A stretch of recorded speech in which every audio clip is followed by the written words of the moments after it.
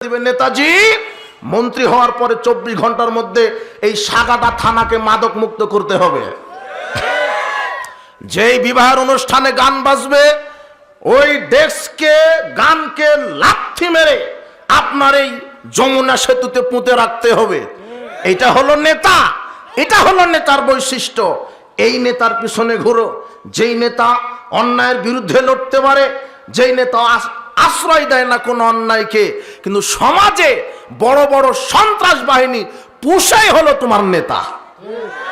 তুমি ভালো করে লক্ষ্য করে দেখো, আশ্চর্য কথা, ইয়াবা ফেনসিডিল হারাম। মৌলানা সাহেব বক্তব্য দিবে কেন? নাই পরাণ শাসক হবে, সংবিধান হবে কোরআন সুন্নাহ, আইন পাস করা হবে মাদক বন্ধ, আইন পাস করা হবে মাদক হারাম, এর ক্রয় বিক্রয় হারাম। কেন?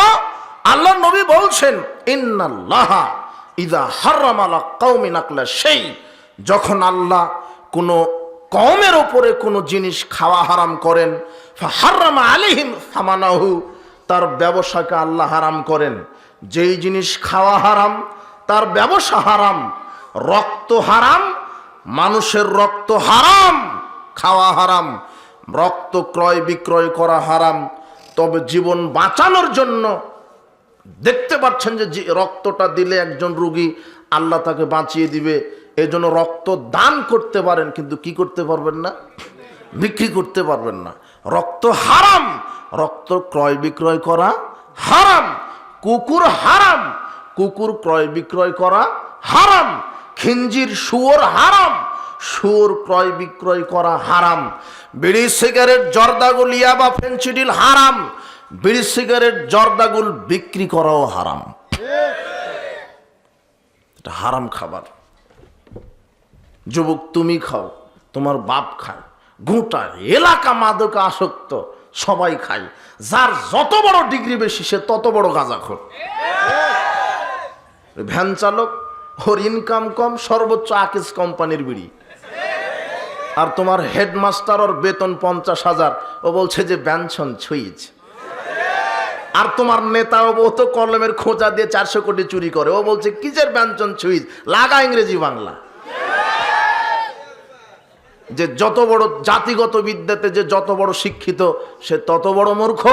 ওর দাড়ি চাচা, পকেটে সিগারেট। আর তোমার মসজিদের হুজুর, ও হারামখোর, ও জর্দা খায়, আর বলছে যে মাকরু মাকরু। তোমার হুজুর, তুমি, তোমার বাপ, তোমার মাস্টার আর তোমার নেতা যেটা খাও সেটা পৃথিবীতে দ্বিতীয় কোনো প্রাণী খায় না। তুমি আজকে তদন্ত করো, তোমার নেতা খায় সিগারেট, তুমি খাও, তোমার বাপও খায়, তোমার হেডমাস্টারও খায় এই সিগারেট, আর তোমার মসজিদের হুজুরও খায় জর্দা। সিগারেট আর জর্দা কুকুরকে দাওয়াত দিয়ে বলো যে বেটা তুই খাতো, ও পেশাব করে দিতে রাজি আছে, তবু মুখে দিতে রাজি নয়। সেটা তুমি খাও, তোমার হুজুর খায়, আর বলে মাকরু। অবাক হলো, যেটা মুখে দেয় না কুকুর সিগাল, কেউ মুখে দেয় না। তোমার দাদি খায় গুল, তাহাজ্জুদও পড়ে, তোমার দাদি তাহাজ্জুদও পড়ে, গুলও খায়। একজন বলছে যে গুল খাওয়া গু খাওয়া সমান, তা আমি বলছে না, সমান নয়। গু খেলে যে 40 দিন ইবাদত কবুল হবে না এরকম হাদিস নেই, কিন্তু গুল মুখে দিলে 40 দিনের ইবাদত কবুল হবে না। গু খাওয়ার চাইতে গুল খাওয়া মারাত্মক পাপ, জর্দা খাওয়া আরো মারাত্মক পাপ। জি না, সাবধান। এই যুবক, আজকে তওবা করো, কোনোদিন মাদকের সাথে সম্পৃক্ত থাকবে না। আল্লাহ তোমাকে হেদায়েত দান করুন। বিড়ি সিগারেট জর্দাগুল হারাম, ইয়াবা ফেনসিডিল হারাম, এর ক্রয় বিক্রয় হারাম। আল্লাহ নবী বলছেন সালাসাতুন কাদ হারামাল্লাহু আলাইহিমুল জান্নাহ, 3 শ্রেণীর মানুষের উপরে জান্নাত হারাম। এক, মুদমিনুল খামর, যারা একেবারেই প্রতিনিয়ত বিড়ি সিগারেট জর্দাগুল ইয়াবা খায়, এদের উপরে জান্নাত হারাম। 2, দায়ুস, দায়ুসের উপরে জান্নাত হারাম। দায়ুস কে? যার বউ বেটি ল্যাংটা হয়ে চলে, যার বউ বেটি ল্যাংটা হয়ে ঘুরে, সে হলো দায়ুস। যার বউ বেটি স্কুল কলেজ হাটে বাজারে ল্যাংটা হয়ে যায়, যার বউ বেটি ল্যাংটা হয়ে চলে, ও হলো দায়ুস, ওর উপরে জান্নাত হারাম। 3, রাজলাতুম মিনান নিসায়ে, যেই মহিলা পুরুষের শার্ট প্যান্ট, পুরুষের পোশাক পরে ঘুরে, এ হলো জান্নাতে যাবে না। আরেকটা হাদিসে বলছেন যে নারীর বেশ ধরে যেই পুরুষ সে জান্নাতে যাবে না, পুরুষের বেশ ধরে যেই নারী সেই নারী জান্নাতে যাবে না। আর এখন তোমার মিডিয়াতে ওই পুরুষ হলো সবচেয়ে সুদর্শন পুরুষ, যে হলো অরিজিনাল হিজড়া, ও হলো সবচেয়ে সুদর্শন। ওর হাঁটার ঢং, কথার স্টাইল একেবারে হিজড়া ফেল, একেবারে ও হলো সুদর্শন পুরুষ। জাতীয় পাগল, ওকে অ্যাওয়ার্ড দিচ্ছে জাতীয় পাগল, যে একেবারে অরিজিনাল, একেবারে অরিজিনাল যে হিজড়া সে হলো সুদর্শন পুরুষ। অথচ কুকুরের চেহারা ওর চাইতে ভালো আছে, বান্দরের একটা চেহারা আছে কিন্তু ওর ওরকম চেহারা নেই, কই বোঝা যাচ্ছে না তো, কেন বান্দর মেকআপ করে না, ও যে মেকআপ করেছে একেবারে অরিজিনাল হিজড়া, একেবারে বান্দর মেকআপ করে না, তাও বান্দরকে দেখতে ভালো লাগে, আর করবেই তো। ওরা না হয় মেকআপ করে সুদর্শন পুরুষ সাজে। এই যুবক, তো তুমি যে শিক্ষিত, তুমি যে ঢাকা বিশ্ববিদ্যালয়ে পড়ো, তোমার বাপ ঢাকা বিশ্ববিদ্যালয়ের ভিসি, তোমার বাপ অমুক জায়গার ভাইস চ্যান্সেলর, ও যে ওই যে রমনার বটমূলে চলে যায় পহেলা বৈশাখে, ও পহেলা বৈশাখে পালন করে, ওই যে ওই কি পহেলা বৈশাখে রমনার বটমূলে বলছে যে এসো হে বৈশাখ মঙ্গল শোভাযাত্রা, আগে ইলিশ মাছ দিয়ে পান্তা খেয়ে বলছে এসো হে বৈশাখ মঙ্গল শোভাযাত্রা, যখন বলছে তখন তার মুখে আছে বান্দরের মুখোশ। কিসের মুখোশ? বান্দর। পয়লা বৈশাখ জাহেলিয়াত, এটা হিন্দুদের নীতি। 31st নাইট তুমি পালন করবা কেন, এর সাথে কি সম্পর্ক? পয়লা বৈশাখ পালন করবে তুমি কেন, এর সাথে কি সম্পর্ক? পয়লা বৈশাখ পালন করা, পয়লা ফাল্গুন পালন করা, 31st নাইট পালন করা, এগুলি বিজাতিদের অনুষ্ঠান। কোন মুসলমানের বাচ্চার সাথে এই অনুষ্ঠানের পরিমাণ সম্পর্ক থাকতে পারে না। এটা জাহেলিয়াত। এই জাহেলিয়াত থেকে তোমাকে ফিরে আসতে হবে। আশ্চর্য কথা, এই জন্য বলছিলাম ওই বাক্যটা বোঝাতে গিয়ে 7 শ্রেণীর মানুষকে আরশের নিচে স্থান দিবেন। তারা এক হচ্ছে ন্যায়পরায়ণ শাসক। তো ন্যায়পরায়ণ কে? যে কি গাঁজা খায়, যে কি বেনামাজি, যে কি মানুষের তৈরি করা সংবিধান দিয়ে মানুষকে চালায়, নাকি আল্লাহর সংবিধান দিয়ে মানুষকে চালায়? আল্লাহর সংবিধান দিয়ে মানুষকে পরিচালিত হতে হবে। যেই নেতা আল্লাহর সংবিধান দিয়ে মানুষকে পরিচালনা করবে, এই নেতা ন্যায়পরায়ণ, যার ভিতরে একজন মানুষের আদর্শ থাকবে, যার নাম মুহাম্মদ সাল্লাল্লাহু আলাইহি সাল্লাম।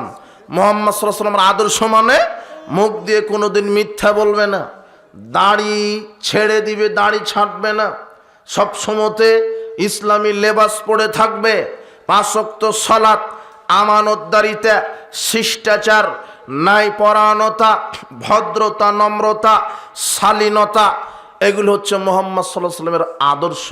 তোমার নেতার ভিতরে এগুলি থাকবে।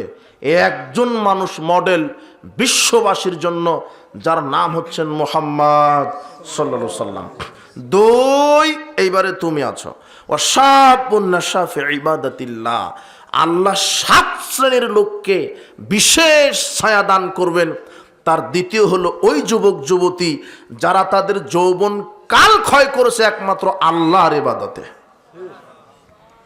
কোনো গান বাজনার আড্ডাতে নয়, কোনো জেনার আড্ডাতে নয়, কোনো নষ্টামির আড্ডাতে নয়, কোনো মন্দিরে নয়, কোনো থিয়েটারে নয়, কোনো গাঁজার আড্ডাতে নয়, কোনো সুদের আড্ডাতে নয়। যুবক, তোমার এই যৌবন আল্লাহর দেওয়া আমানত। চোখের জ্যোতি, হাতের শক্তি, পায়ের শক্তি, এগুলি তোমার এক একটা আল্লাহর দেওয়া আমানত। এই আমানতগুলি তুমি কোন কাজে ব্যয় করছো? চোখ দিয়ে কি দেখো, হাত দিয়ে কাকে মারো, পা দিয়ে কোন পথে চলো, ইসলামের পথে নাকি জাহেলিয়াতের পথে? আল্লাহ পাই টু পাই হিসাব নেবেন।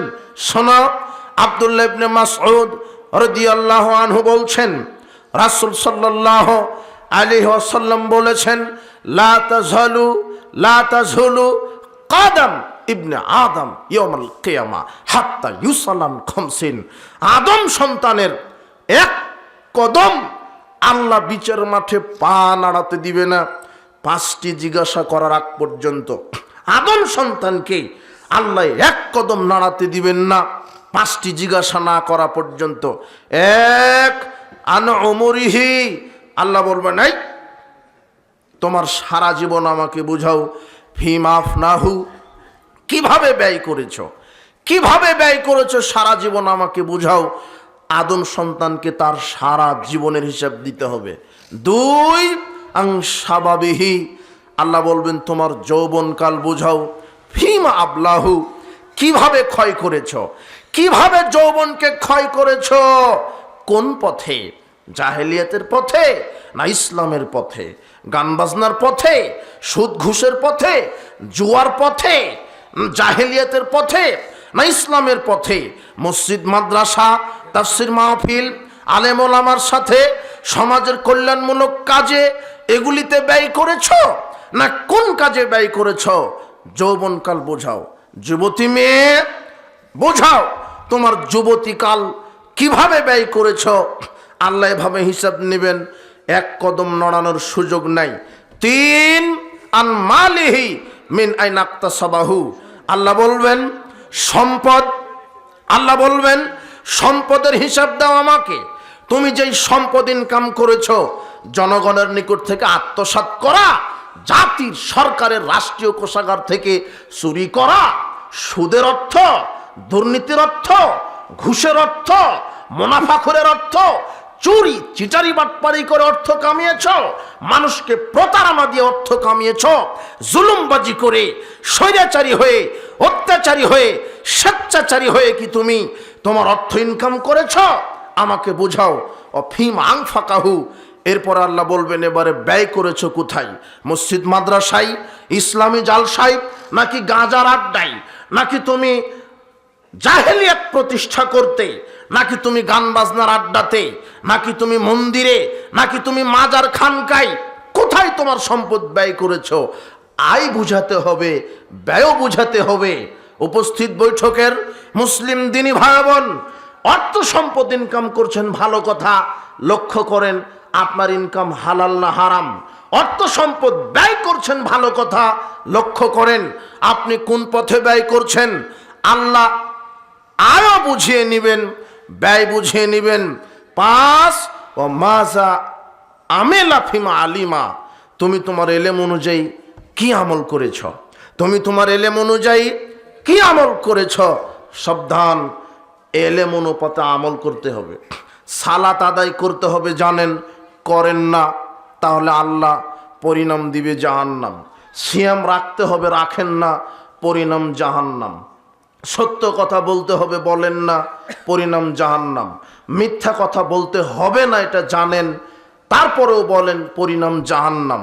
জিনা, আল্লাহর ইবাদত সম্পর্কে জ্ঞান আছে, জানা অনুপাতে আমল করেন না, পরিণাম জাহান্নাম।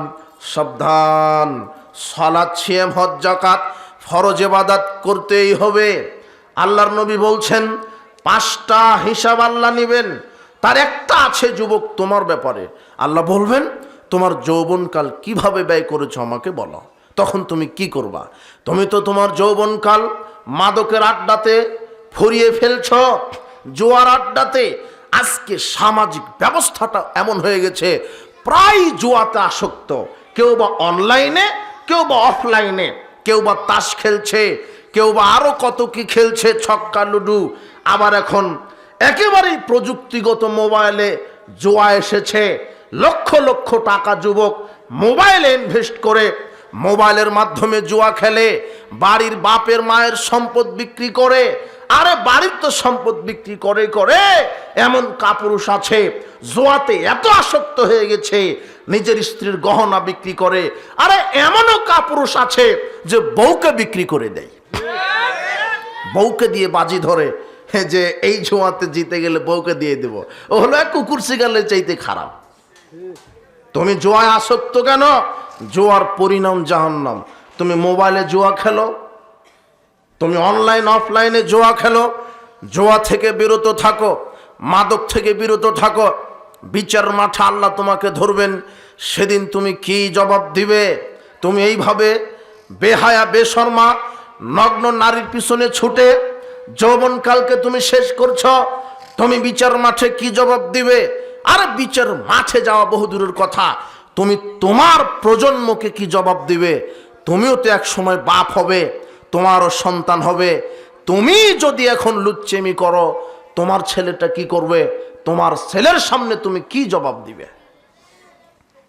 হে মহিলা, হে মেয়ে, হে যুবতী মেয়ে, তুমি যে ল্যাংটা হয়ে ঘুরো, বিবাহের পূর্বেই শত শত যুবকের সাথে তোমার জেনার সম্পর্ক আছে, বিবেককে প্রশ্ন করো, তুমি তোমার গর্ভের সন্তানকে কি জবাব দিবে? তুমি নিজে লুচ্চামি করো, তোমার পেটের ছেলে মেয়েকে তুমি কি জবাব দিবে? কিভাবে তাদেরকে মানুষ করবে? এইভাবে জাহেলিয়াতের পথে ছুটছো মানে আশ্চর্য কথা। এই জাহেলি নীতি আজকে সহশিক্ষা চালু হয়েছে, এই নীতি ইসলামে হারাম। সহশিক্ষা মানে একই ক্লাসের ছেলে মেয়ে পড়বে, এটা আবার শিক্ষা হয়? একই ক্লাসের ছেলে মেয়ে পড়ছে, ছেলে মেয়ের গায়ে ওঠে, মেয়ে ছেলের গায়ে ওঠে।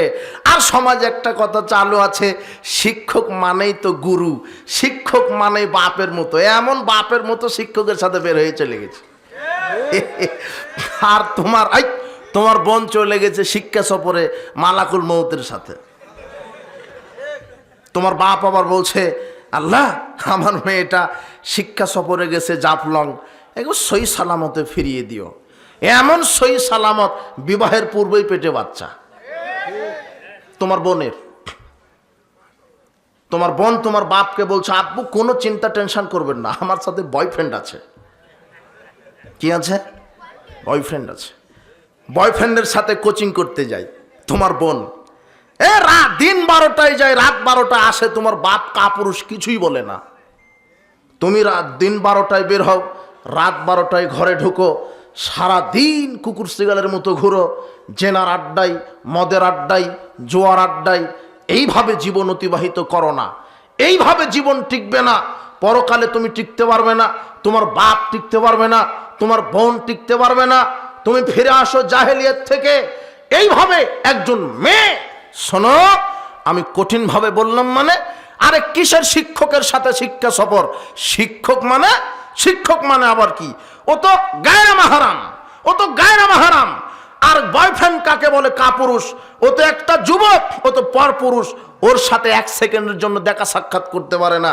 তোমার বোন হাত মোজা, পাও মোজা, নেকাব, বোরখা পরে একেবারে চলে গেছে লুচ্চামি করতে। আগেকার যুগের মা খালারা নেকাব পড়তো নিজের ইজ্জত বাঁচানোর জন্য, আর তোমার বোন নেকাব পড়ে ইজ্জত বিলিয়ে দেওয়ার জন্য, কেউ যেন দেখতে না পায়। তুমিও আবার নাম দিয়েছো হলো দিনী বোন। হলো কি? নেকাব পড়ে আছে এই জন্য দিনী বোন। হারামখোর। ইসলাম 1450 বছর পূর্বে বলেছে ওটা জেনা। কোন নারী, কোন পুরুষ বিবাহের পূর্বে স্ত্রী স্বামী সম্পর্ক ছাড়া একত্রিত থাকতে পারে না, অসম্ভব থাকতে পারে না।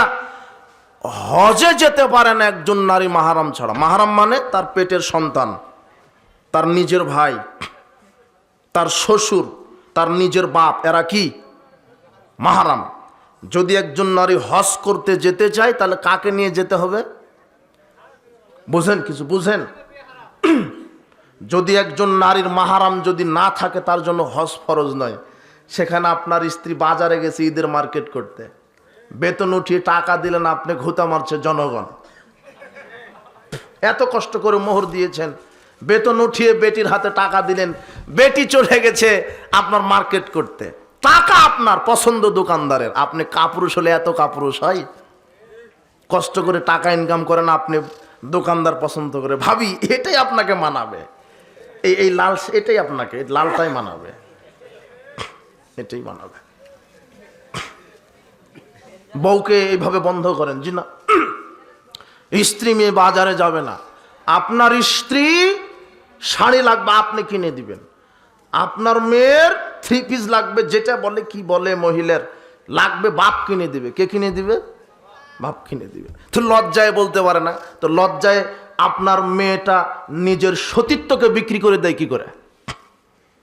বাপকে লজ্জায় 3 পিসের কথা বলতে পারে না, গোপন পোশাকের কথা বাপকে বলতে পারে না, কিন্তু গোপন অঙ্গটাই পরপুরুষের কাছে বিলিয়ে দিতে পারে।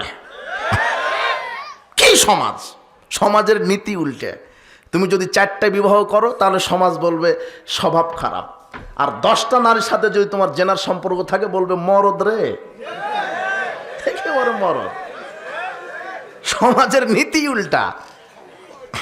একজন ভ্যান চালিয়ে খায়, ওর ইনকাম কম, ওকে চেয়ার দিবে না। যে সবচেয়ে বড় সুদখুর, ওকে চেয়ারটা এগিয়ে দিবে আগে। তোমার এই ওয়াজ মাহফিলের প্রধান অতিথি কোনো আলেমকে করবে না। যে যত বড় চোর ডাকাত, যে টাকা বেশি দান করতে পারবো, ওজন জানুক না জানুক, লাগা প্রধান অতিথি। হারামখুর, তুমি কাকে কি মনে করো? বেনামাজিকে কিভাবে এইভাবে প্রধান অতিথি করো তুমি? কিভাবে মসজিদের দায়িত্বশীল সভাপতি সেক্রেটারি বেনামাজি হবে কি করে? সভাপতি সেক্রেটারি মদখুর, গাঁজাখুর, বিড়িখুর, ইয়াবাখুর হবে কি করে? মসজিদের সভাপতির স্ত্রী মেয়ে ল্যাংটা হয়ে চলবে কি করে? আরে বেনামাজি তো টয়লেটের ঝাড়ুদার হতে পারে না, মসজিদের দায়িত্বশীল হয় কি করে? আশ্চর্য কথা। তুমি কাকে কি বলো? তুমি অযোগ্যকে যোগ্য স্থানে বসাও মানে? মসজিদের সভাপতি দাঁড়ি নাই, আছে যেহেতু একেবারে জুতার ব্রাশের মতো। জুতার ব্রাশ বুঝেনি, ছাঁটে ছাঁটে, যদিও রেখেছে কিসের মতো? আচ্ছা শোনো, আল্লাহর নবী বলছেন ওয়াফিরুল লিহা, এই জাতি উম্মত দাড়ি ছেড়ে দাও, দাড়ি ছেড়ে দাও, দাড়ি ছেড়ে দাও। মুহাম্মদ সাল্লাল্লাহু আলাইহি সাল্লামের আদেশ, দাড়ি কি দেওয়া?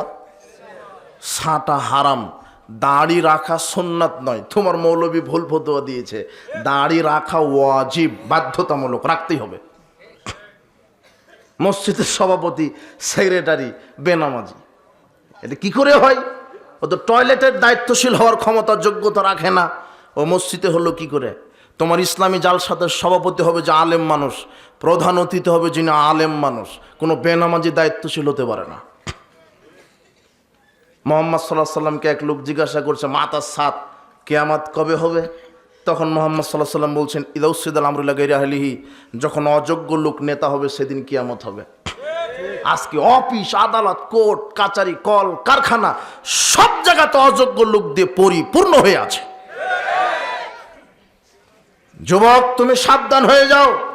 যৌবনকাল কিভাবে ব্যয় করছ? তোমার বোন কোন কাজে ব্যয় করছে তোমার ওই যুবতীকাল? হে দিনী বোন, আপনাকে বলছি, আমি আপনাকে মহব্বত করি, আমি আপনার ইমানের দাবি জানাই। এইভাবে ল্যাংটা হয়ে পরপুরুষের ইমান হরণ করো না। হে পিতা, আপনাকে বলছি, আপনার স্ত্রী, আপনার মেয়ে বাজারে যাচ্ছে, 20,000 পুরুষ যদি আপনার স্ত্রীকে দেখে খারাপ মন্তব্য করে, আপনার স্ত্রী 20,000 পুরুষের একাই পাপ বহন করবে। আপনার স্ত্রী যত পাপ বহন করবে, বিচার মাঠে আপনি স্বামী হিসেবে আপনাকে সমান পাপ বহন করতে হবে। এমনিতে বিবাহ করে ছেড়ে দিয়েছেন গরু ছাগলের মতো। আশ্চর্য কথা, আল্লাহর নবী বলছেন মাশারাস শাবাব মানিস্তাতা মিনকুমুল বাত, হে যুবকেরা, পুরুষ হলে বিবাহ করো। কি হলে? এটা আল্লাহর নবীর ভাষা। কি হলে বিবাহ করতে বলেছেন? পুরুষ যদি হও বিবাহ করো। কা পুরুষ হলে বিবাহ করো না মানে, বিবাহ করলে বউ আসবে, বউকে চালানোর ক্ষমতা থাকতে হবে। নিজের অনুমতি ছাড়া খালা ফুবুর বাড়িতে যাবে না, নিজের অনুমতি ছাড়া বাজারে, হাটে বাজারে, অমুক এলাকায় অমুক প্রতিবেশীর বাড়িতে যাবে না, নিজের অনুমতি নিয়ে যেতে হবে। নিজের মেয়ে নিজের অনুমতি ছাড়া কোথাও যাবে না, এর নাম পুরুষ। এরপরে বিবাহ করলে স্ত্রী তো আসবেই, 2 বছর পরে সন্তানের বাপ হবা। এরপরে যখন 10 বছর হবে ছেলে মেয়ের বয়স, তখন ছেলে মেয়েকে বলতে হবে এই ছলাত আদায় করো, না হলে পিঠের ছাল থাকবে না, এর নাম হলো বাপ। বেটা মাস্টার ডিগ্রি পাশ করেছে, অজুই জানে না, হলো বাপ। ও আবার মোড়ে মোড়ে চা খায় আর বলে ছেলে একখান পেয়েছে, একেবারে BCS ক্যাডার, মাসে 3 লক্ষ টাকা বেতন পায়, কিন্তু সূরা ফাতিহা শিখেনি। ও বলছে হুজুর, এই যে আমার ছেলেটা আপনার হলো এই 5 বছর বয়স, অবাক, মোবাইলের সব ফাংশন জানে। কি গর্ব করে বলছে। আমার মেয়েটা 6 বছর হয়নি, কম্পিউটারের সব ফাংশন জানে, কিন্তু এখনো অজু জানে না। সব শিখিয়েছে, কি শিখায়নি? বলছে যে এই যে আব্বু, ওই যে মামা যাচ্ছে, টাটা দাও, বাই বাই দাও, কিন্তু বলতে হবে যে সালাম দাও, অন্তত বলতে হবে সালাম দাও। বিদায় দেওয়ার দোয়া তো আছেই, কি আস্তাউদ্দিউল্লাহ দীনাকা আমানাতাকা ওয়া খাওয়াতিমা আমালিকা ওয়া যাওয়াদাকাল তাকওয়া ইয়াসরালাকাল খাইরা হাইসুমা কুনতা। এটা যদি নাও জানো অন্তত কি বলবেন? যাবো ওই যে মামা যাচ্ছে, কি দাও? সালাম দাও। কথা বুঝেননি মনে হয়? টাটা বাই বাই ইহুদি খ্রিস্টানের নীতি শেখাচ্ছেন কেন আপনি? সব আপনি কি শেখাচ্ছেন জাতিকে? কি শেখাচ্ছেন? একদিন স্কুলে না গেলে পিটিয়ে বলেন এই স্কুলে যাও, কিন্তু আজানের পরে মসজিদে যায় না, কিছুই বলেন না। আপনি যদি কাপুরুষ না হন তাহলে কাপুরুষ কে হতে পারে? আর আশ্চর্য কথা। পিটিয়ে মসজিদে নিয়ে যেতে হবে যখন 10 বছর বয়স। এটা হলো বাপ, এটা হলো পুরুষত্ব। এই জন্য আল্লাহ নবী বলছেন পুরুষ হলে বিবাহ করো, না হলে করো না। সিয়াম রেখে রেখে যৌবনকে শেষ করে দাও, যেহেতু তোমার পুরুষত্ব নেই। এইভাবে মুহাম্মদ সাল্লাল্লাহু আলাইহি ওয়াসাল্লাম বুখারী মুসলিমের হাদিসে বলেন, যুবক তুমি কি জবাব দিবে বিচারের মাঠে? তুমি তোমার যৌবনকাল কিভাবে ব্যয় করছো? শোনো, পৃথিবীর ইতিহাসে ইসলামকে প্রচার প্রতিষ্ঠার জন্য সাহাবীগণের অতুলনীয় দৃষ্টান্ত রয়েছে। সাহাবীগণ তাদের অনেক কিছু ত্যাগ স্বীকার করে নিজের জীবনকে বাজি রেখে সম্পদকে বিলিয়ে দিয়ে দিন প্রচারের কাজে নিজের ঝুঁকি নিয়ে জীবনের শহীদি তামান্না নিয়ে রাস্তায় মাঠে ময়দানে কাজ করেছে। তুমি কি করো? 7 শ্রেণীর লোককে যে আল্লাহ আরশের নিচে জায়গা দিবেন তার একটা তো তুমি আছো, যুবক। যেই যুবক তার সারা জীবন কারানুগত্য করেছে আল্লাহর। আজ থেকে তওবা করো, কোনোদিন মুখে মাদক দিবেন। আল্লাহ তোমাকে হেদায়েত দান করুন। গান বাজনার আড্ডাতে যেও না। এই তো যুবক আছো, আল্লাহ বাঁচিয়ে রাখলে 2 দিন পরে চামড়া ঘুষ পড়ে যাবে তোমার, বৃদ্ধ হয়ে যাওয়া, কবরে যেতে হবে। তুমি 31 নাইট পয়লা বৈশাখ বিবাহের অনুষ্ঠানে একেবারে বাদ্যযন্ত্র বাজিয়ে মাটি কাঁপিয়ে দিচ্ছ, তাই না? তুমি মরে দেখো মাটি তোমাকে কিভাবে কাঁপায়। তোমাকে মাটি কাঁপাবে। আজকে যেভাবে তুমি পটকাবাজি আতশবাজি করে গান বাজনা করে মাটি কাঁপিয়ে দিচ্ছ, মাটি তোমাকে কাঁপাবে। দুনিয়াতে আর্মি পুলিশ র্যাব কি স্যালুট দেয়, মরে দেখো ফেরেশতার স্যালুট কত প্রকার, ভালোভাবে টের পাবা। খুব কঠিন। কবরকে ভয় করো, কবরের শাস্তিকে ভয় করো, জাহান্নামকে ভয় করো, আল্লাহকে ভয় করো। আল্লাহ সর্বশক্তিমান, বিচার মাঠে ধরবেন যৌবনকালের হিসাব। সাবধান হে যুব সমাজ, তোমার যৌবনকালকে তুমি ইসলামের আলোকে মূল্যায়ন করো। আল্লাহ তোমাকে হেদায়েত দান করুন। ওই ব্যক্তিকে আল্লাহ আরশের নিচে জায়গা দিবেন। কোন ব্যক্তি? যে ব্যক্তির অন্তরটা সবসময় মসজিদের সাথে ঝুলন্ত। কিসের সাথে? মসজিদ। যখনই সালাত আদায় করে বাড়িতে আসে আবার চিন্তা করে, আহা জোহরের সালাত আদায় করলাম, আবার কখন আসর হবে, কখন মসজিদে যাব, সব সময় মসজিদমুখী। এমন ব্যক্তিকে আল্লাহ আরশের নিচে জায়গা করে দিবেন। 4 ওয়ারাজুলানে তাহাব্বান ফিল্লাহ ইসতামা আলাইহি তাফারাকা আলাইহি। ওই 2 বন্ধুকে, যেই 2 বন্ধু আল্লাহর জন্য পরস্পরকে ভালোবাসে আর আল্লাহর জন্য সম্পর্ক ছিন্ন করে, এই ব্যাখ্যা আমি তোমাকে কি দিয়ে বুঝাবো? আল্লাহর জন্য পরস্পরকে ভালোবাসা মানে, বন্ধু তুমি যদি সালাত আদায় না করো তোমার সাথে ঘুরবো না, বুঝেননি মনে হয়? তুমি যদি ইসলামের আদর্শ না মানো, রাসূল সাল্লাল্লাহু আলাইহি ওয়াসাল্লামের আদর্শ না মানো, তোমার সাথে আমার ঘোরা সম্ভব নয়। তুমি সালাত আদায় করো, তোমার কাছে রাসূলের সুন্নাহ আছে তাই আমি তোমার সাথে বন্ধুত্ব করছি। এই 2 বন্ধুকে আল্লাহ আরশের নিচে জায়গা করে দিবেন। তুমি যদি একজন মদখোর গাঁজাখোর বন্ধুকে বলতে পারো, বন্ধু তুমি যদি মদ গাঁজা খাও তাহলে তোমার সাথে আমি থাকবো না, সম্পর্ক কাট। খারাপ বন্ধুর সাথে সম্পর্ক কাট করতে পারলেই আল্লাহ তোমাকে আরশের নিচে জায়গা করে দিবেন। আর ভালো বন্ধুর সাথে সম্পর্ক রাখতে পারলে আল্লাহ কি করে দিবেন? আরশের নিচে জায়গা করে দিবেন। এটা হলো আল্লাহর জন্য বন্ধুকে ভালোবাসা। আল্লাহর জন্য বন্ধুকে কি করা? ছেড়ে দেওয়া, পৃথক করা। সাবধান। আল্লাহর নবী বলছেন, ওয়ালা তুসাহিবিল্লা মুমিনান, মুমিন ছাড়া কাউকে বন্ধু বানায় না। কাকে ছাড়া? মুমিন। দেখো মুমিন বন্ধুকে বাছাই করো। জীবনের প্রধান একটা অংশ সহপাঠী নির্বাচন করা। যদি দুনিয়াতে তুমি বেঈমানকে বন্ধু বানাও, ও দুনিয়াতে তোমার ক্ষতির কারণ, পরকালে জাহান্নামের কারণ হবে। আর আরেকটা কথা তোমাকে বলি, ছেলে বন্ধুর কোনো মেয়ে বান্ধবী দুনিয়াতে থাকতে পারে না, আর মেয়ের কোনো ছেলে বন্ধু থাকতে পারে না। ছেলের বন্ধু ছেলেই, মেয়ের বান্ধবী মেয়ে। কথা বুঝেননি মনে হয়? কিন্তু তোমার বোন যে কোচিংয়ে যায় তোমার ছেলে বন্ধুর সাথে, ওই পার্কে গিয়ে উড়োরানের উপরে শুয়ে আছে। দুদিন কোচিং করতে করতে বন্ধুর সাথে বের হয়ে বিয়ে হয়ে চলে গেছে। যেই মেয়েকে এত ভালোবাসতেন তখন বলছে যে তোকে আসলে একেবারে 2 টুকরা করে যমুনা নদীতে ভাসিয়ে দিব, এত ভালোবাসতেন। তো আপনি তো ছেড়ে দিয়েছেন লুচ্চামি করার জন্য, তা আপনি আবার এত ভালোবাসা দেখান কেন? কোন নারী যদি তার পিতার অনুমতি ছাড়া বিবাহ হয়, সেই বিবাহ বাতিল হয়ে যাবে। 10 সন্তানের জননীয় যদি হয়, বিবাহের অনুমতি ছাড়া যদি কোনো নারী, কোনো মেয়ে কোনো পরপুরুষের হাত ধরে চলে গিয়ে কোর্টে বিবাহ করে, কোর্টের বিবাহ নিষ্ফল, কোর্টের বিবাহ হয়নি, নাজায়েজ, কোর্টের বিবাহ বাতিল। একজন মেয়ের বিবাহ জায়েজ হওয়ার জন্য কার অনুমতি জরুরি? পিতার, মায়ের না। মায়ের 5 পয়সার অনুমতি লাগবে না। কার অনুমতি লাগবে? বাপের। বাপ বলবে ঠিক আছে আমি অনুমতি দিলাম। বাপ যদি অনুমতি না দেয়, 100 জন মাদানিও যদি মেয়ের বিবাহ পড়ায় তাহলে হবে না বিবাহ। কার অনুমতি নেই? বাপের অনুমতি নেই।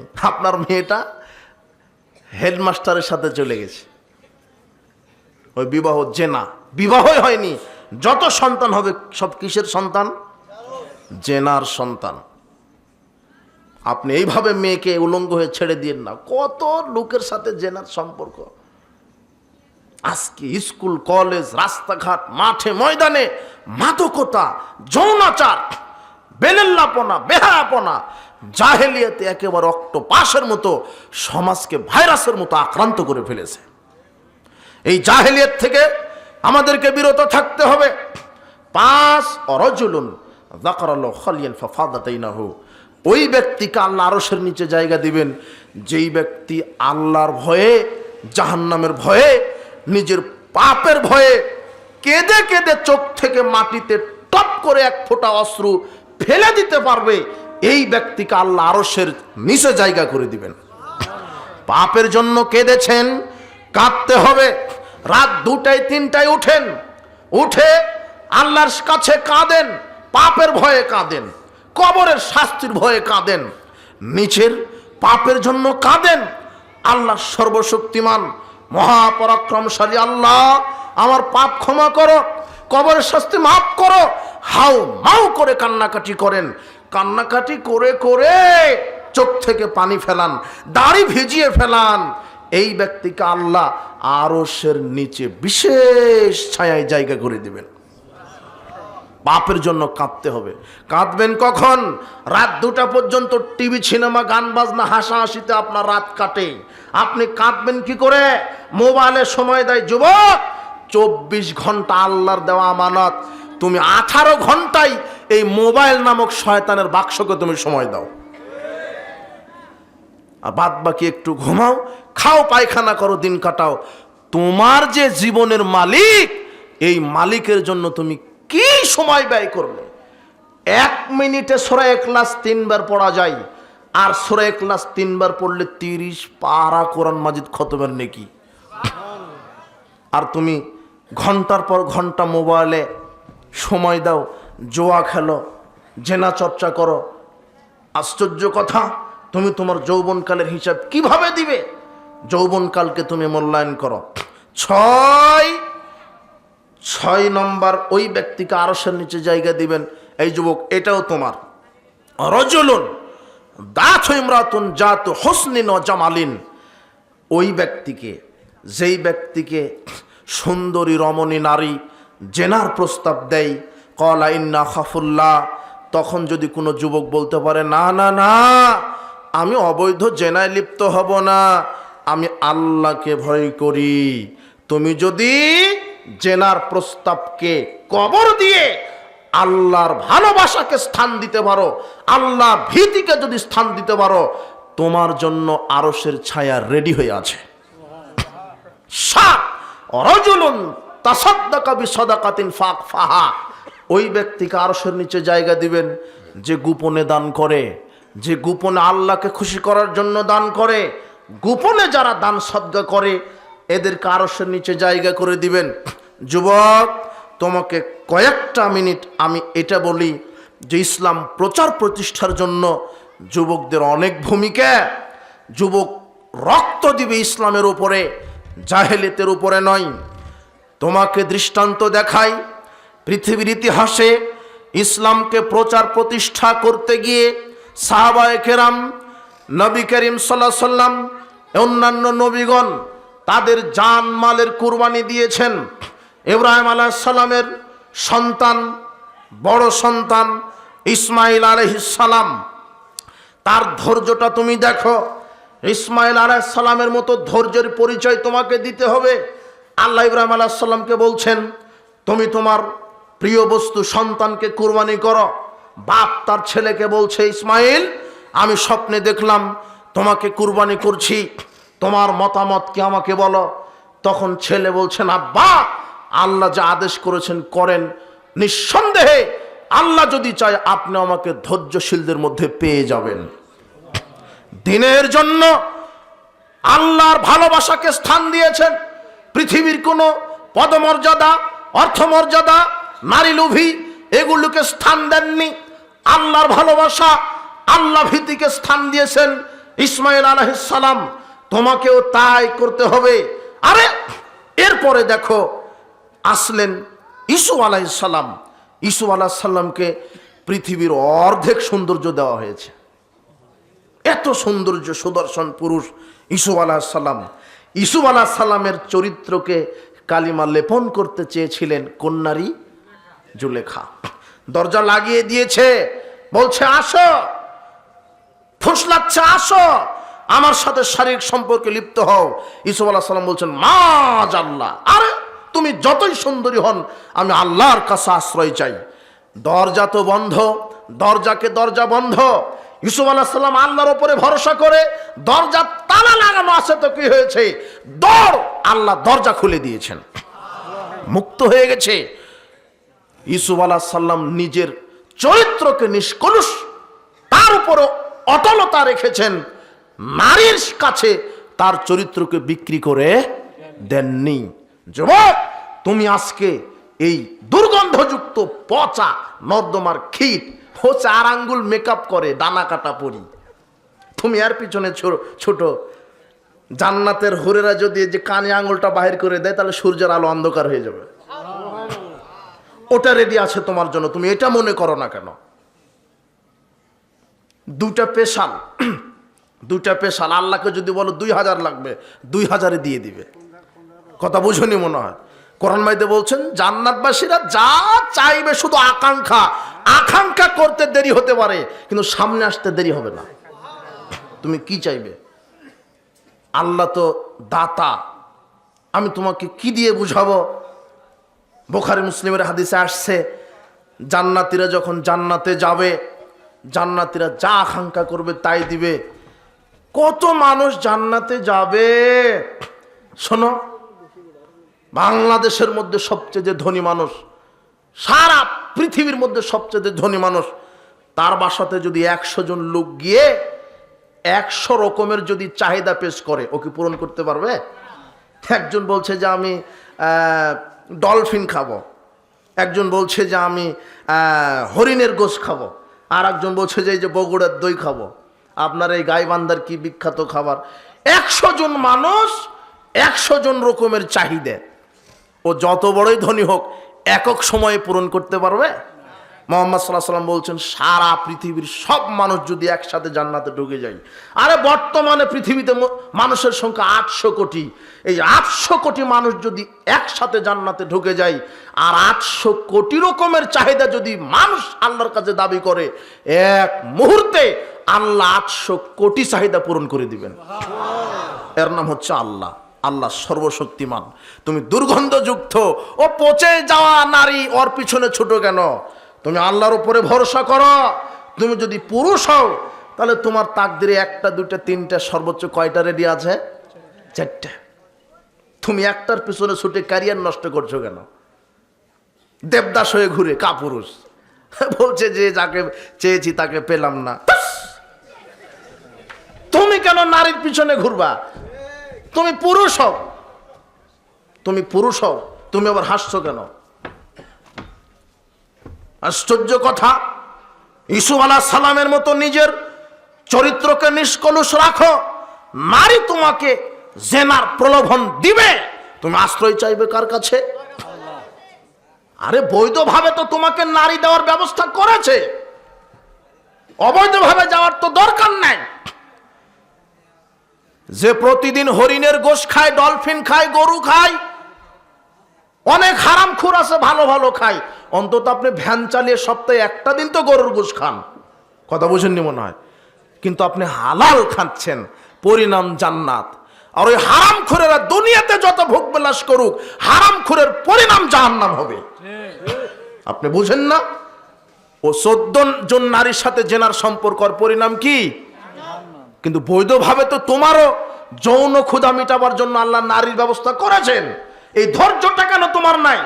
তুমি বিবাহের পূর্বেই একজন নারীর পিছনে ছুটে অবৈধ জেনার পথে যাচ্ছ কেন? যুবক, তুমি বোঝার চেষ্টা করো, তুমি আল্লাহর কাছে আশ্রয় চাও। তুমি ইউসুফ আলাইহিস সালামের মতো আদর্শ বুকে ধারণ করো, তুমি সাহাবীদের মতো আদর্শ বুকে ধারণ করো, দ্বীনের জন্য ত্যাগ স্বীকার করো। তোমাকে ত্যাগী হতে হবে, সাহাবীদের জীবন আদর্শ তোমাকে ফলো করতে হবে, সাহাবীদের জীবন থেকে তোমাকে শিক্ষা নিতে হবে। তুমি দ্বীনের জন্য কি করছো হে যুবক? দ্বীনের জন্য তুমি কত সময় বাহির করো? তোমার মতো যুবক ছিল মুসাব বিন উমাইর, তোমার মতো যুবক, তাগড়া যুবক, মক্কার সবচেয়ে ধনিক শ্রেণীর পরিবারের যুবক মুসাব বিন উমাইর। মুসাব বিন উমাইর ইসলামের জন্য নিজের সম্পদ, মাল মর্যাদাকে বিসর্জন দিয়েছে, পরিবারকে বিসর্জন দিয়েছে। মুসাব বিন উমাইর যখন মক্কার অলিতে গলিতে উঠের পিঠে চড়ে বের হতেন, তার চতুর্দিকে রক্ষী বাহিনী থাকতো। তার এত মর্যাদা, 200 দিরহামের কম মূল্যের পোশাক তিনি কোনোদিন গায়ে দেননি। এত বড় ধনী মানুষ, সুগন্ধি দামি, জুতা দামি, কিন্তু ইসলাম যখন গ্রহণ করলেন, ইসলামের আদর্শ যখন চলে আসলেন, পরিবার তাকে বাধা দিল, মা তাকে বেঁধে ফেলেছে। যুবক, তোমাকে আর একটা কথা বলি, তুমি যখন কোরআন সুন্নাহ মেনে চলতে থাকবে, সর্বপ্রথম তুমি বাধা পাবে পরিবার থেকে। পরিবার তোমাকে বাধা দিবে। বউ বলবে দাড়ি রাখতে দিব না, এখন ঠেলা সামলাও। কাপুরুষ বলছে যে বইয়ের অনুমতি লাগবে দাড়ি রাখতে। কাপুরুষ, বইয়ের অনুমতি কেন? বউকে বলবা দাড়ির, যদিও বিবাহের পরে দাড়ি রাখতে চাও, এখন রাখতে চাচ্ছ, আজকে বক্তব্য শুনে বলবে যে রাখবো, তাহলে বউকে কি রাখতে হবে। বউ যদি বলে না, পরের দিন আবার বলো, তারপরে যদি বলে না, পরের দিন আবার বলো, 3 দিনে যদি রাখতে দিচ্ছে না, তাহলে বউকে ডিলিট করে দিতে হবে। ঠিক বলছেন, দিবেন কি করে? 5 লক্ষ যৌতুক নিয়ে রেখেছেন যে, আশ্চর্য কথা। ও আবার ঠিক বলছে, তোমাকেই তালাক দিবে, ও রেডি হয়ে আছে। তুমি তো আগেই কাপুরুষ সেজে এসেছো। ওই বিবাহের দিনেই ওই শাশুড়ি তোমাকে স্বর্ণের আংটি পরে দিয়েছে। ওটা আংটি নয়, ওটা হলো গরুর গলাছি।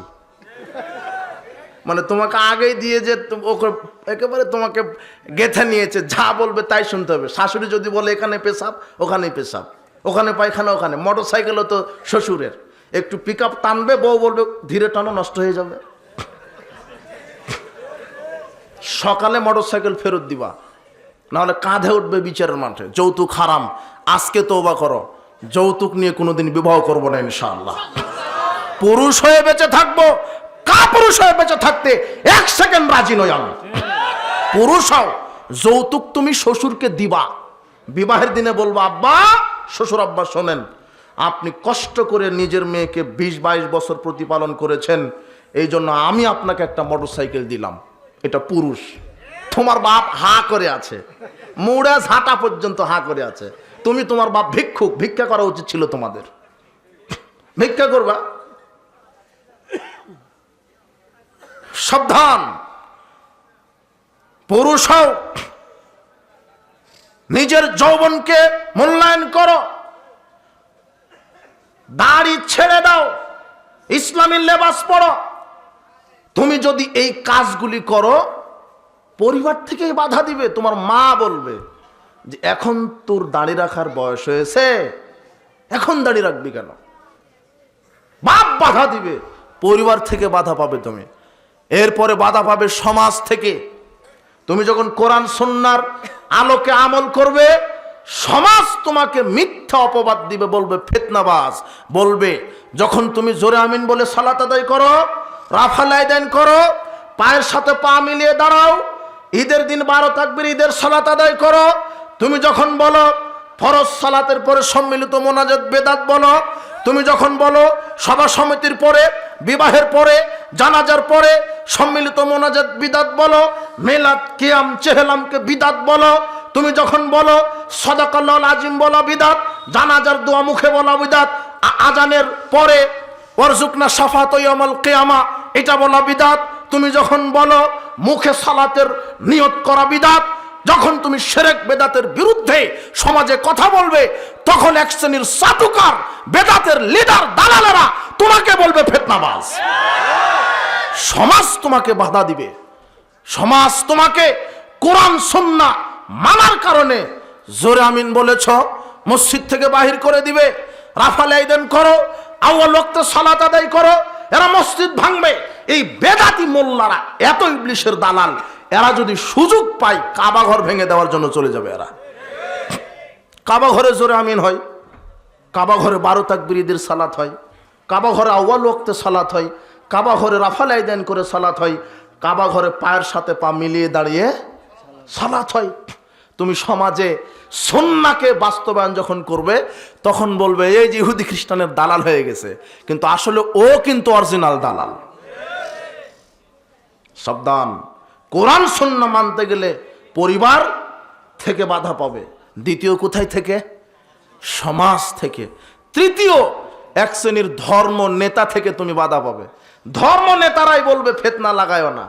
এই ধর্ম নেতারা ক্ষমতার লোভে, চেয়ারের লোভে, এদের আল্লাহর উপরে ভরসা নাই, ইমানের উপরে ভরসা নাই, মণ্ডপ পাহারা দেওয়ার উপরে, এদের নেতৃত্বের উপরে ভরসা হয়ে গেছে। মণ্ডপ পাহারা দিতে হবে, ইমানের উপরে ভরসা নাই, আল্লাহর উপরে ভরসা নাই, এই এরাই বাধা দিবে। আলেম হলো, পৃথিবীতে আছে 3 প্রকারের আলেম। কয় প্রকার? একটা হলো সরকারি আলেম, একটা হচ্ছে তরকারি আলেম, আর একটা হচ্ছে দরকারি আলেম। কয় শ্রেণীর আলেম হলো? সরকারি, তরকারি, তরকারি বুঝেন না, যেটা দিয়ে ভাত খান, আর আরেকটা হচ্ছে দরকারি। সরকারি আলেম মানে এরা সরকারি ভাবে মূর্তিকে বলবে আসলে মূর্তি না, ওটা হলো ভাস্কর্য, মূর্তি পূজা হারাম, ভাস্কর্য জায়েজ। আসলে নারীর সাথে জেনা করা যাবে না, মহিলার সাথে জেনা করা যাবে। কথা বুঝেননি? এটা হলো সরকারি আলেম। কি আলেম? আর তরকারি মানে গোলালো মার্কা, সব জায়গাতে আছে, সব জায়গাতে। আহলে হাদিসদের মধ্যেও বক্তৃতা দেয়, বেদাতীদের মধ্যেও বক্তৃতা দেয়। তোমার থুতু মারা আলেম আহলে হাদিস মসজিদে বক্তব্য দিয়ে ভাইরাল, এরপরে যখন চোখ কান মোটা হলো তখন বলছে যে মানহাজের উপরে থুতা মারি। আশ্চর্য কথা, এটা কি করে হয়? কিছু সালাফি নামের চালাকি আছে, আর আছে হলো দরকারি আলেম। কি আলেম? এরা ফাঁসির মঞ্চকে ভয় করে না, এরা তাগুত শক্তিকে ভয় করে না, দলীয় নেতা দলীয় দাপটকে ভয় করে না। এরা শিরক বেদাতের বিরুদ্ধে অগ্নি কণ্ঠে মর্দে মুজাহিদ হয়ে সমাজের বুকে ন্যায়ের প্রতিষ্ঠা, অন্যায় নির্মূল করতে একমাত্র আল্লাহকে ভয় করে সমাজের বুকে কোরআন এবং সহিহ সুন্নাহর তাওহীদি ঝান্ডা নিয়ে নিজের জীবনকে বিলিয়ে দেওয়ার জন্য যারা 24 ঘন্টা প্রস্তুত থাকে, এরাই হলো দরকারি আলেম।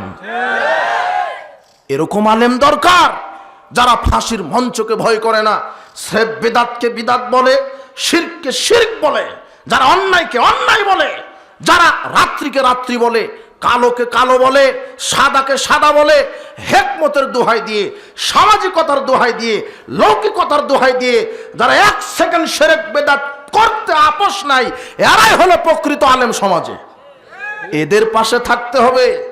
এই তরকারি সরকারি আলেম, এদের কবরে মাথা পাথর দিয়ে ফাটিয়ে দিবে এদের। বুখারী মুসলিমের হাদিস। এই জন্য সাবধান, এই বেদাতি এদেরকে আশ্রয় দিবেন না। বলছিলাম মুসআব বিন উমাইর তার যৌবনে তারুণ্যে তোমার মতো গরিব ঘরের সন্তান ছিল না মুসআব বিন উমাইর, ধনী শ্রেণীর পরিবারের লোক। মুসআব বিন উমাইর ধর্মের জন্য, ইসলামের জন্য পরিবার ত্যাগ করেছে, মান মর্যাদা ত্যাগ করেছে। তিনি গোপন ইসলাম কবুল করেছেন। মুসআব বিন উমাইর, যুবক মনোযোগ দাও। তোমার মতো যুবক মুসআব বিন উমাইর যখন মক্কার অলিতে গলিতে সাহাবীগণ নির্যাতিত হচ্ছিল, দারুল আরকামে এই মুসআব বিন উমাইর গোপন ইসলাম কবুল করে, গোপনে সালাত আদায় করে। ওসমান বিন তালহা নামক ব্যক্তি দেখে ফেলেছেন, পরিবারকে খবর দিলেন, তার মা তাকে বেঁধে ফেলল। বহু কষ্ট করে শিকল ছিঁড়ে আবিসিনিয়ায় হিজরত করলেন। কিছুদিন পরেই 11 নববী বর্ষে মুহাম্মদ সাল্লাল্লাহু আলাইহি সাল্লাম মুসআব বিন উমাইরকে বললেন, তুমি ইয়াসরিবে যাও, আসাদ বিন জুরারার সাথে মদিনায় গিয়ে ইসলামের দাওয়াত দাও। প্রথম দায়ী হিসেবে প্রেরণ করলেন মুসআব বিন উমাইরকে। গিয়ে মুসআব বিন উমাইর মদিনার অলিতে গলিতে ইসলামের দাওয়াত দিচ্ছেন। তিনি নেতাদের কাছে দাওয়াত দিচ্ছেন। বনু আব্দুল আশআল গোত্রের নিকটে তিনি গিয়ে দাওয়াত দিচ্ছেন। এমন সময় সাদ বিন মুআজ আর উসাইদ বিন হুজার নামের দুইজন লিডার, মদিনার লিডার, এরা বলছে লোকটা তো বিভ্রান্ত করছে, সমাজে দুর্বল লোকদের বিভ্রান্ত করছে, যাও ওকে ঠেকাও। সাদ বিন মুআজ উসাইদ বিন হুজাইরকে বলছেন, যাও ওকে ঠেকাও। উসাইদ বিন হুজাইর হাতে বল্লম বর্ষা নিয়ে নেওয়ার পরে মুসআব বিন উমাইরের কাছে গিয়ে বলছেন, আপনি নাকি আমাদের এলাকার সরলা দুর্বল লোকদেরকে বোকা বানাচ্ছেন, কি ধর্মের দাওয়াত দিয়ে? জীবন নিয়ে যদি বেঁচে ফিরতে চান চলে যান। মুসআব বিন উমাইর সাহসী কণ্ঠে বলছেন, উত্তেজিত হবেন না, আপনি বসেন, আমার কথা আপনি শোনেন, ভালো লাগলে মানবেন, না লাগলে মানার দরকার নেই, আমি দারোগা নই যে আপনাকে পিটিয়ে বুঝাবো, আপনি বসেন। নরম কণ্ঠে বললেন। উসাইদ বিন হুজাইর বসলেন। এরপরে মুসআব বিন উমাইর প্রথমে কোরআন থেকে সুললিত কণ্ঠে কোরআন তেলাওয়াত করলেন। কোরআন তেলাওয়াত শুনে, কোরআনের আয়াত শুনে উসাইদ বিন হুজাইরের অন্তরটা ঠান্ডা হয়ে গেল, গলে গেল। এরপরে মুসআব বিন উমাইর বলছেন, আমরা এই দাওয়াতটা দিই এক আল্লাহর দাওয়াত। আল্লাহ অনেকজন নয়, বহু মাবুদ নয়, এক মাবুদ, তাকে সেজদা দিতে হবে, একমাত্র আল্লাহর বিধান মেনে চলতে হবে, তার কাছে দোয়া প্রার্থনা। কবর, খানকা, মাজার মানুষের কোনো উপকার করতে পারে না, পীর কোনো উপকার করতে পারে না। আরে পীর কি উপকার করবে? মরা পীর বলেন, জীবিত পীর বলেন, সারা পৃথিবীর সব পীর যদি একত্রিত হয়, এরা একত্রিত হয়ে যদি প্রচেষ্টা চালায়, মানুষের একটা সাদা চুলকে কালো বানানোর ক্ষমতা রাখবে না, কালো চুলকে সাদা করার ক্ষমতা রাখবে না। তো এই পীরের ক্ষমতা, জি না। মুসআব বিন উমাইর বলছে, মূর্তি কোনো ক্ষমতা রাখে না। মূর্তির নামে কুরবানি করবেন কেন? মূর্তির সামনে সেজদা দিবেন কেন? সেজদা আল্লাহর জন্য হতে হবে, যিনি আমাদের স্রষ্টা। কুরবানি আল্লাহর জন্য, মানত, দোয়া, প্রার্থনা, সন্তান, রিজিক সবকিছু আল্লাহর কাছে চাইতে হবে। তখন উসাইদ বিন হুজার বলছে, কথা তো ভালো, কেন আমি বিরোধিতা করছি? এদের কথা তো ভালোই। উসাইদ বিন হুজাইর তিনি ওই সময়তে ওখানেই কালেমা শাহাদাত পাঠ করে মুসলিম হয়ে গেলেন। এরপরে পাঠিয়ে দিলেন সাদ বিন মুআজকে, আর একজন নেতাকে, যা আপনি যান। সাদ বিন মুআজ গিয়ে অনুরূপ ভাষায় মুসআব বিন উমাইর সাদ বিন মুআজকে বক্তব্য শুনিয়ে দিলেন। সাদ বিন মুআজ বলছে, আমি তো অপবিত্র, আমি ইসলাম কবুল করব।